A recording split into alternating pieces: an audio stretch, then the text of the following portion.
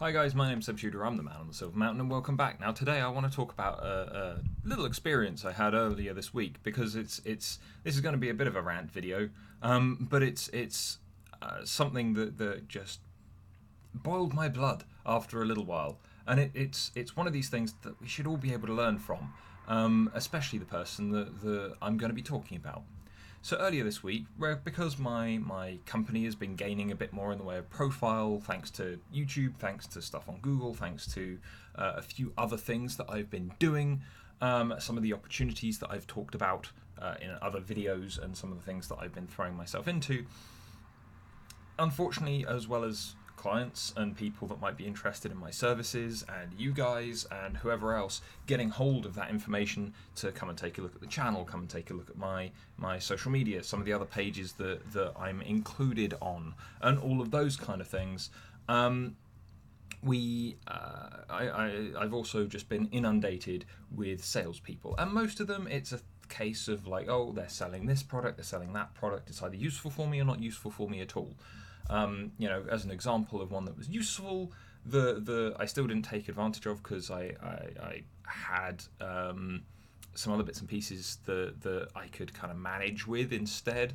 But there was one that was offering kind of additional social media services for helping me get onto Instagram and all of that kind of stuff, which I'm just not particularly interested in. If as and when there is ever a day or time that I put myself onto Instagram as the man on the Silver Mountain, or as Silver Mountain Coaching, then I'll actually have to, it'll be the day when I actually have images and videos and things to put up there. Just because, at the moment when I'm meeting with clients, when I'm doing other things, it tends to be much more private, because I'm bound by confidentiality and stuff like that. If I started doing seminars, if I started doing other things, meet and greets, open Q&As, all of those kind of things in the future, as and when I'm able to do those things, if I'm able to do those things, then sure, those are going to be things that, then I would have images to put up of every event, and so I'd be able to put them up on there. So that was a service that got offered to me, and I was just able to go no. It might be useful in the future, but it's not something that I need now. And they were accepting, they were fine. But earlier this week, I had this delightful woman call up. At least I thought she was delightful in the first maybe 5 minutes. And she was very nice, very talkative, very inquisitive, talking about web development. And how her company will take on small businesses, and they will do their web development for them, make sure that they do all of their SEO and stuff like that to get you to the top of whatever page that you're looking for with whatever search terms.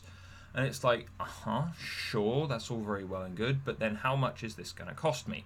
The price was substantial. You're looking at like £600-700 for the year, when potentially starting up your own website can be costly. But for instance, for the year, changing a WordPress blog into a website is only just under £100. So there's a big difference between kind of you working organically and developing your own stuff, knowing your own audience, instead of trying to fish out for others, and trying to make mistakes, learn from them, and do better. I myself have sat down and done the Google Digital Garage online marketing course as part of trying to learn more about the systems at play. So there's an awful lot more stuff that you can do by yourself that's more cost effective, that you can monitor and you can ramp up and do whatever anyway. And that's been my stance. That's the way that I want to focus on things, because it allows me to learn new things and allows you guys to see me learning new things whilst kind of growing and interacting with you and seeing what's out there. But this customer service woman, as soon as I started to say no, or when I was specifically saying I would like to take a number so that I can then go and address this in my own time, go and talk with my financial advisor, go and talk with kind of the other people that I have as colleagues, be they other coaches, be they people in other areas that would have knowledge of this, to just get a good kind of bounce back and forth. That's when the contradictions, the hard sell, the insults started coming. And it's a case of going, okay, look, I've worked in these environments before. I'm very sympathetic to people who are in customer service roles or sales roles, because I've worked as both a telemarketer, a face-to-face salesperson, a customer service rep, and managing those people as well throughout various jobs at various levels. So it's like, yes, I completely appreciate that it can be really sucky, especially when you want to get a sale, or when you like someone and you think that you're helping them, whatever it is. But a hard sell just doesn't work. It doesn't work, especially doesn't work for everybody. Because let's take a look at this from a kind of disc perspective. So you've got 4 different basic personality types. If you try and hard sell against a D-type personality like myself, then with the core kind of elements of, if you fight me, I'll fight you back kind of thing, then it's you start making insults, you start trying to twist my arm, force my hand. I'm just going to become more resistant to you. It's not going to work. You do that to an I-type personality, they might be a bit more receptive because they're influenced and influencing, but you're not going to get them appreciating the rudeness. They're going to be looking for fun, and if you're just insulting them, then fun isn't what they're going to have. And this woman was obviously trying to pitch to an I-type personality, or that's what she'd been trained to do, because the next set of things that she was trying to do and to cajole me into agreeing to things was a set of misrepresentations, as well as then offering, oh, look at all of these other customer reviews we've got. It's like, that's all very well and good, but at the same time, that means nothing, really. But it would potentially sway an I-type personality. And I-type personalities are the people that usually get taken in by marketing more, because they're more willing to just take things on board. An S-type personality is looking for security, so they might be bullied into buying something, but otherwise they're the kind of person that wants to work more slowly and get a grip on everything and go through it and kind of make sure that everything is sound, stable, supported. And so you just trying to force a decision out of them in one go, not going to happen, not going to work very well unless you are really bullying those people. And then you've got your C-type personalities. Well, they're the most closed off of the lot, because they are compliance based. They are focused on their rule set, their internalized rule set. And if what you're saying doesn't adhere to that or work within that, then ultimately they're just going to turn you down. And especially when you start insulting them, especially when you try twisting their arm, then they're just going to back away from you and put the phone down. But then the one of the things that bugged me was the misrepresentations, which are tantamount to lies. But I was going, no, do you know what? If I could call you back, that'd be fine. And they were going, no. Well, we could do this other thing where you put down £1 today as a deposit, as a reservation, and then we do some of the work, and then next week you get your thing, and then you pay us the rest. And I went, right, but what if I'm not happy with what you're doing, or what if I can't sustain that and I don't want it anymore? In which case I asked for my deposit back. She went, well, we're not going to do all this work for nothing, so you'd have to pay us. It's like, right, so it's not a deposit, is it?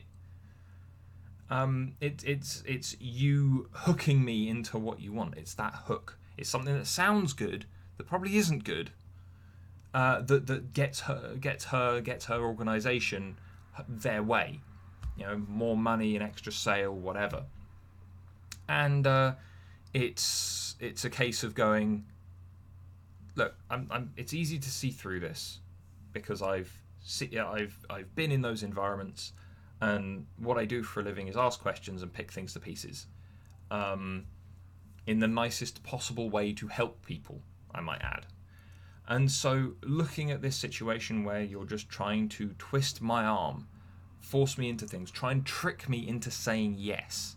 It's almost like a deal with the devil, a dance with the devil, where it's all you need to, you drop. It's Orpheus and Persephone dropping down into hell, and all you need to do is say yes to one thing, stick one thing in your mouth, whatever, and then all of a sudden you're stuck.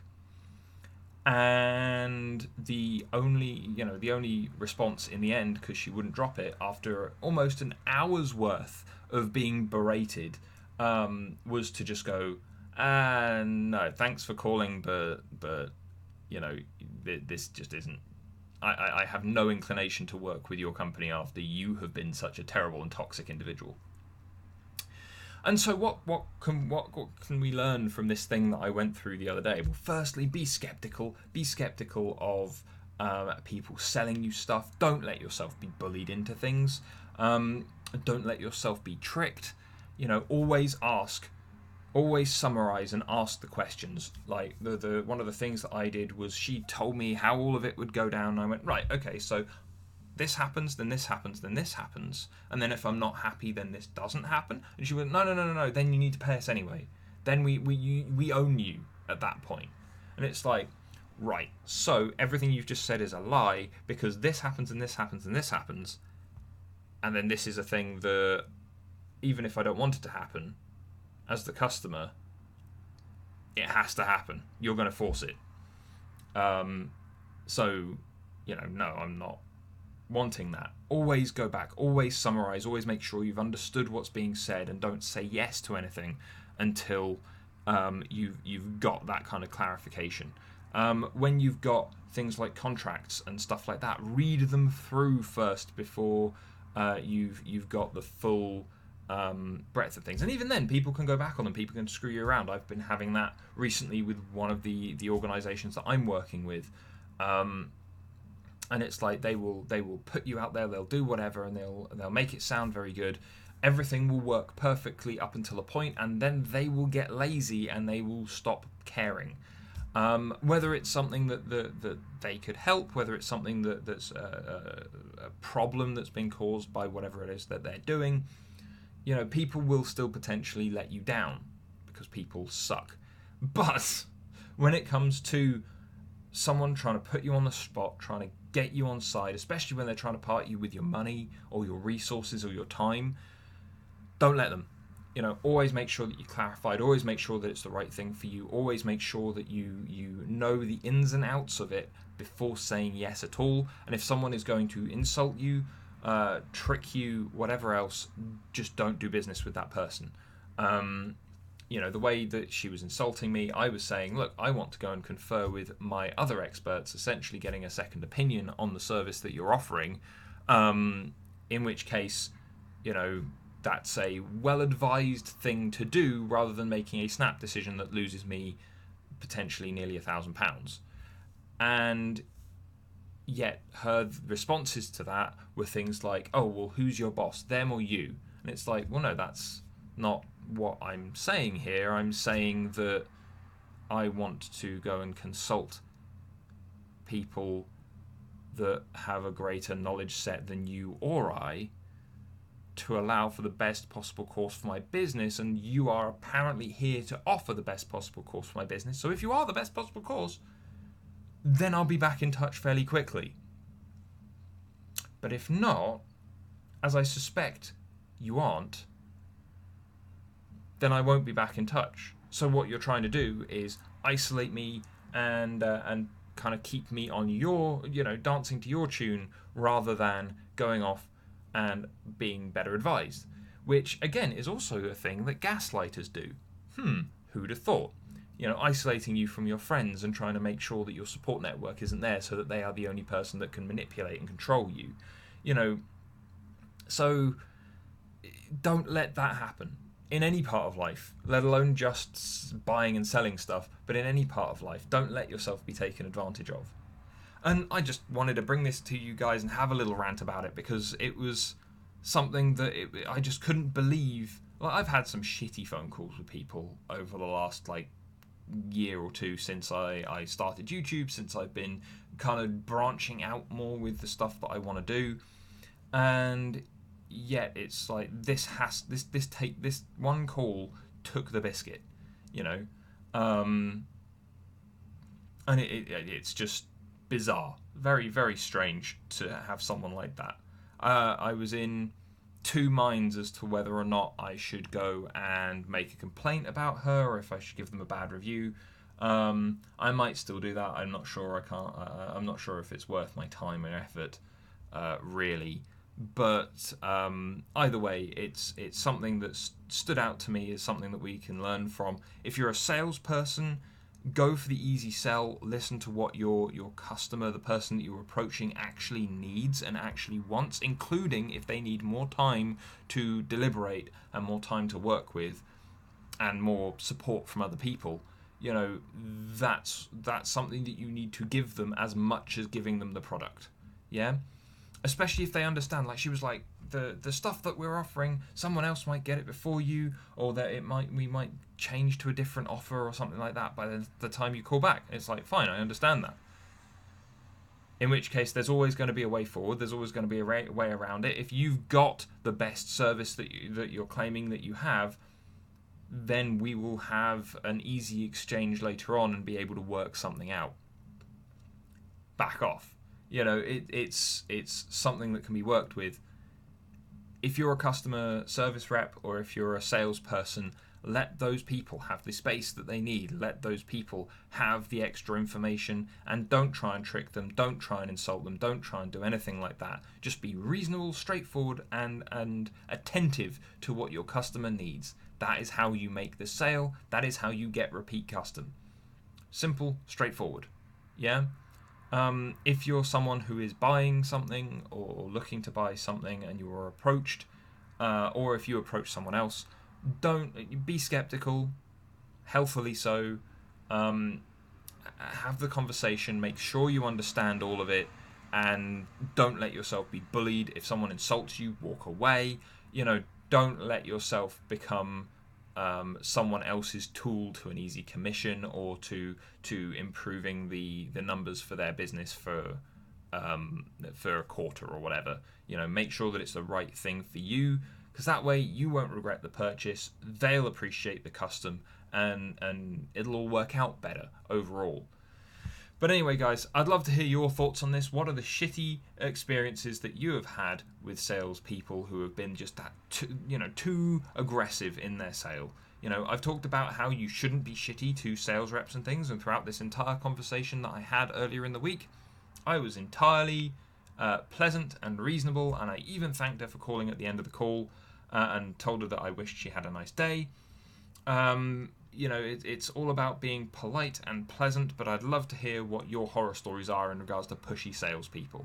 Even if you're a person who has worked in sales with that person and you've seen how bad they are by being stood next to them, you know, that's still an interesting story we can learn from.